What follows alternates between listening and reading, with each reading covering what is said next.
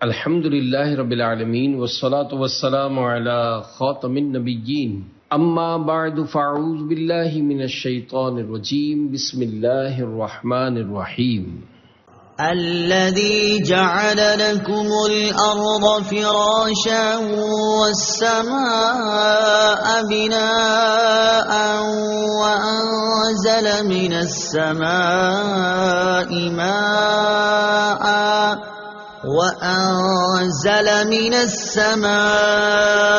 ماء فأخرج به من الثمرات رزقا لكم فلا تجعلوا لله أندادا وأنتم تعلمون۔ ترجمہ: جس نے تمہارے لیے زمین کو بچھونا اور آسمان کو چھت بنایا، اور اس نے آسمان سے پانی اتارا، پھر اس پانی کے ذریعے تمہارے کھانے کے لیے کئی پھل پیدا کیے، تو تم جان بوجھ کر اللہ کے شریک نہ بناؤ۔ الذي جعل لكم الأرض فراشا والسماء بناء، جس نے تمہارے لیے زمین کو بچھونا اور آسمان کو چھت بنایا۔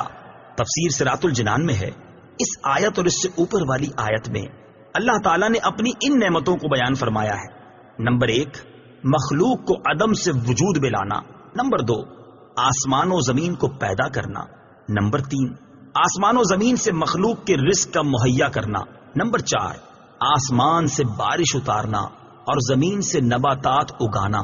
جب آدمی کی زندگی کا ایک ایک لمحہ اور ایک ایک پل اللہ تعالیٰ کی نعمتوں میں ڈوبا ہوا ہے، تو اس مالک حقیقی کو چھوڑ کر کسی اور کا عبادت گزار بننا کس قدر ناشکری ہے۔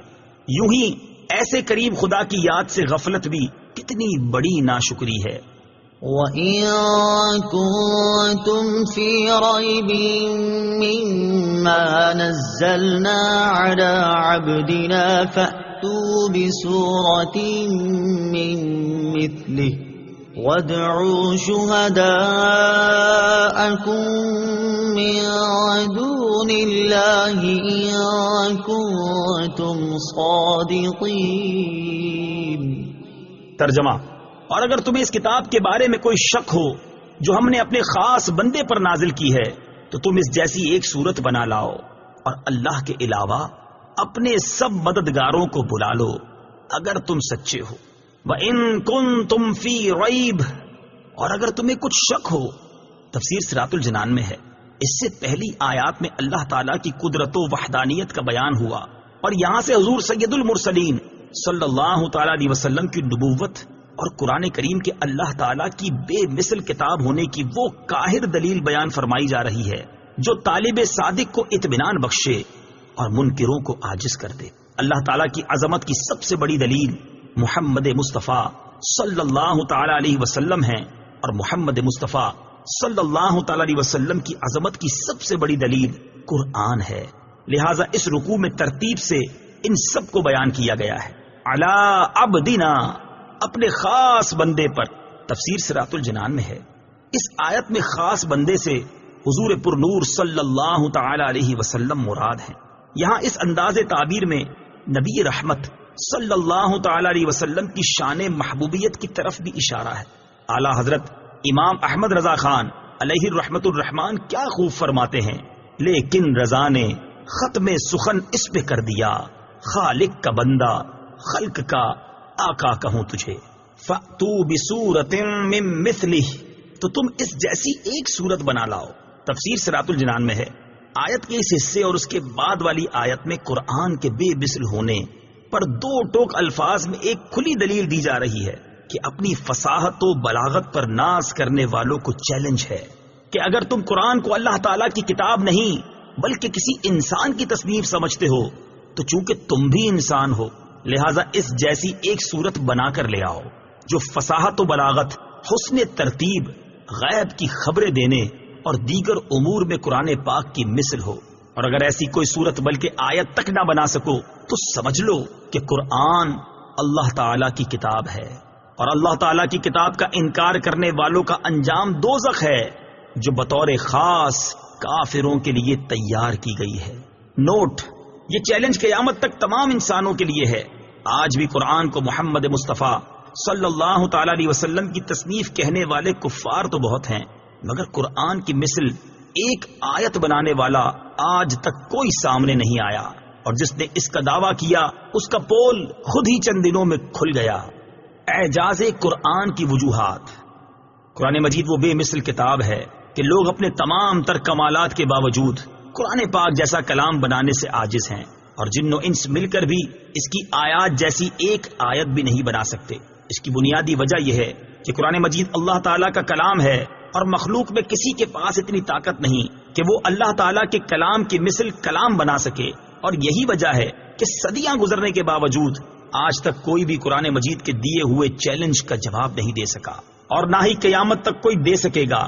قرآن پاک کے بے مثل ہونے کی بہت سی وجوہات ہیں جنہیں علماء و مفسرین نے اپنی کتابوں میں بہت شرح و بسط کے ساتھ بیان فرمایا ہے۔ ہم یہاں پر ان میں سے صرف 3 وجوہات بیان کرتے ہیں، تفصیل کے لیے بڑی تفاسیر کی طرف رجوع فرمائیں۔ نمبر 1، فصاحت و بلاغت۔ عرب کے لوگ فصاحت و بلاغت کے میدان کے شاہ سوار تھے، اور ان کی صفوں میں بہت سے ایسے لوگ موجود تھے جو کہ بلاغت کے فن میں اعلیٰ ترین منصب رکھنے والے، عمدہ الفاظ بولنے والے، چھوٹے اور بڑے جملوں کو بڑی فصاحت سے تیار کرنے والے تھے، اور تھوڑے کلام میں بہترین تصرف کر لیتے تھے، اپنی مراد کو بڑے عمدہ انداز میں بیان کرتے، کلام میں فصاحت و بلاغت کے تمام فنون کی رعایت کرتے، اور ایسے ماہر تھے کہ فصاحت و بلاغت کے جس دروازے سے چاہتے داخل ہو جاتے، الغرض دنیا میں ہر طرف ان کی فصاحت و بلاغت کا ڈنکا بجتا تھا، اور لوگ فصاحت و بلاغت میں ان کا مقابلہ کرنے کی تاب نہ رکھتے تھے۔ ان اہل عرب کو فصاحت و بلاغت کے میدان میں اگر کسی نے عاجز کیا ہے تو وہ کلام قرآن مجید ہے۔ اس مقدس کتاب کی فصاحت و بلاغت نے اہل عرب کی عقلوں کو حیران کر دیا اور اپنی مثل لانے سے عاجز کر دیا۔ نمبر 2، تلاوت قرآن کی تاثیر۔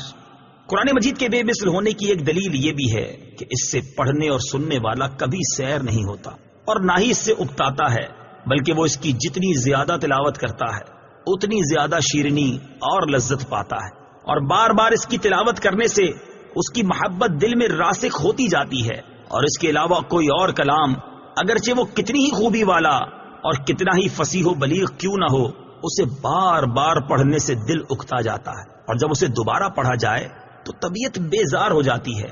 قرآن مجید کی اس شان کے بارے میں حضرت حارث رضی اللہ تعالیٰ عنہ سے مروی ہے، ترمذی شریف کی حدیث ہے، حضرت علی المرتضیٰ کرم اللہ تعالی وجہ الکریم فرماتے ہیں، حضور اقدس صلی اللہ تعالی علیہ وآلہ وسلم نے ارشاد فرمایا، قرآن وہ ہے جس کی برکت سے خواہشات بگڑتی نہیں، اور جس کے ساتھ دوسری زبانیں مل کر اسے مشتبہ و مشکوک نہیں بنا سکتی، جس سے علماء سیر نہیں ہوتے، جو زیادہ دہرانے سے پرانا نہیں پڑتا، اور جس کے عجائبات ختم نہیں ہوتے۔ نیز قرآن مجید کی آیات میں روب، قوت اور جلال ہے کہ جب کوئی ان کی تلاوت کرتا ہے یا انہیں کسی سے سنتا ہے تو اس کے دل پر ہیبت طاری ہو جاتی ہے، حتیٰ کہ جسے قرآن پاک کی آیات کے معانی سمجھ میں نہ آ رہے ہوں اور وہ آیات کی تفسیر بھی نہ جانتا ہو، اس پر بھی رکت طاری ہو جاتی ہے، جبکہ قرآن مجید کے علاوہ اور کسی کتاب میں یہ وصف نہیں پایا جاتا، اگرچہ وہ کیسے ہی انداز میں کیوں نہ لکھی گئی ہو۔ نمبر 3، غیب کی خبریں۔